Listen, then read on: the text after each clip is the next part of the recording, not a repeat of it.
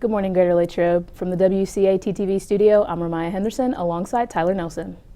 Coming up in today's show, reporter Zoe Favada showcases a special member of our high school staff in our one-minute documentary series. Link Crew applications are being accepted, and reporter Tim Myers begins our Student Spotlight feature series. All this and more on your WCAT-TV news. Attention seniors who will be attending a four-year college next year and are completing scholarship applications to assist with your college tuition.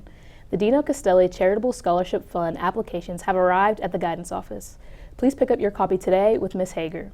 The deadline for completion is April 5th.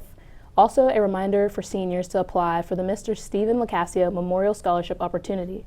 Applications were emailed last week and are due April 12th in the guidance office. In addition, many more scholarships are coming into the guidance office at this time. Please check the district scholarship page regularly.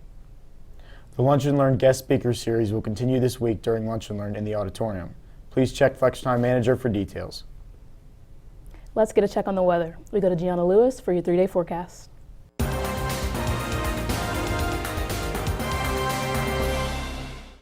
Good morning, Wildcats. Today we have a high of 72 and a low of 46 with cloudy skies. Tomorrow we have a high of 79 and a low of 56 with a 30% chance of rain. And lastly, on Thursday we have a high of 68 and a low of 48 with a 60% chance of rain. That's your 3-day forecast. Thanks, and back to you. Thanks, Gianna.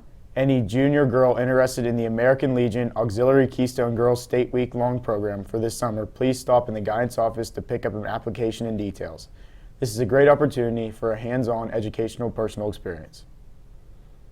We'll be back after these messages.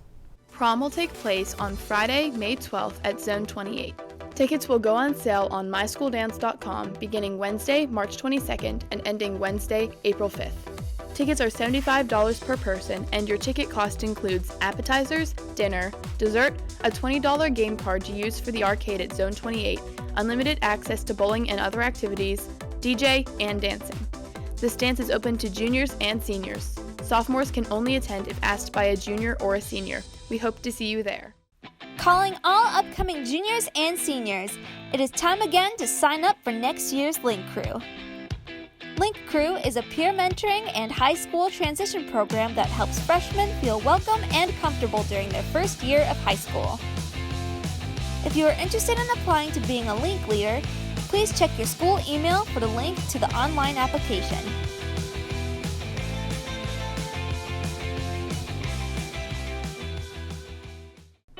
Hop on down to the 23rd Annual Rabbit Race 5K that is being held on Saturday, April 8th, starting at 8:30 a.m. at the Latrobe Memorial Stadium. Registration begins at 7 o'clock a.m. and is $25. For more information, visit latroberecreation.org.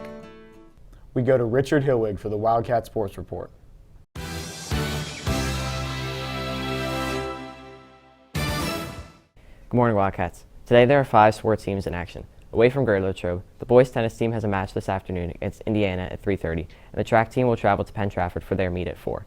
Here at the high school, there are 3 games across the evening. To kick things off, the baseball team will be taking on Laurel Highlands in the second game of a back-to-back at 7 at Graham Svoboda Field. The girls lacrosse team is looking for back-to-back wins as the Franklin Regional Panthers come to Rossi Field for their game at 7:30. And finally, the boys volleyball team is looking to rebound after their loss on Thursday to Hempfield tonight against Deer Lakes at 7:30 at the Wildcat Den. That's all for Wildcat Sports. Now here's Joe Coletti with National Sports. Hey Wildcats, in sports tonight your Pens played the biggest game of their season so far against the New Jersey Devils, who they have lost to all 3 times this season. With a regulation loss in this game, the race in the Eastern Conference wildcard, which is all separated by 1 point among 3 teams, would heavily go against the Penguins' favor. In March Madness, LSU has won the women's national title over Iowa. That's all for sports. Back to you. Thanks, Joe. Broadcast and Video Production 2 students have created 1-minute documentaries based on the 60-second doc series. Here's a video created by Zoe Favada. So Richard Ludwig is my name. I've been a teacher at Derry for 35 years, and I'm in my 17th year subbing at Latrobe, which is my alma mater. I was an industrial arts teacher, basically in wood, graphic arts, photography, and metal. It's been about 25 years ago. Yeah, when I was in the middle school over there, we had to have an activity at the end of the day. I saw a display down at North Allegheny, and a lady had a trophy case full of origami, and I saw it and I kind of thought that was interesting.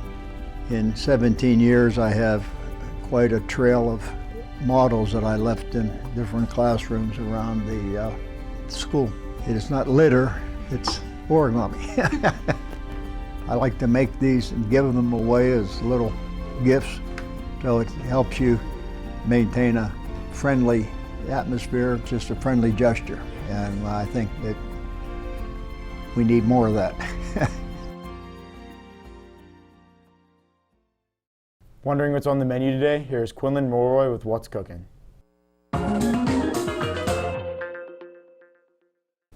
What's cooking, Latrobe? Cooking up in the main line is double cheeseburgers with french fries and peas. Tomorrow in the main line is grilled chicken bacon club with curly fries and green beans. The sandwich options are hamburgers, cheeseburgers, and chicken patties. And the soup of the day is chili. That's what's cooking. Thanks, and back to you. Thanks, Quinlan. Now here's Emily Sweeney with Wildcat World News.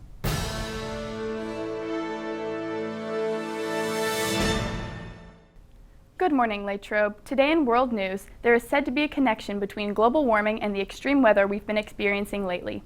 The link is clearest with the unexpected heat waves and major amounts of precipitation. A connection between global warming and the tornadoes that have occurred over the past week is suspected but cannot be confirmed. Some of these tornadoes swept across the central United States and killed more than 24 people.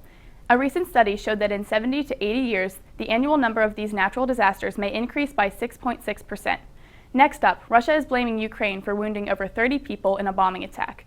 10 of the 30 are said to be in grave condition and may never recover. A well-known Russian blogger was killed in this attack. Officials say that he was leading a discussion at a cafe in St. Petersburg when the bombing occurred.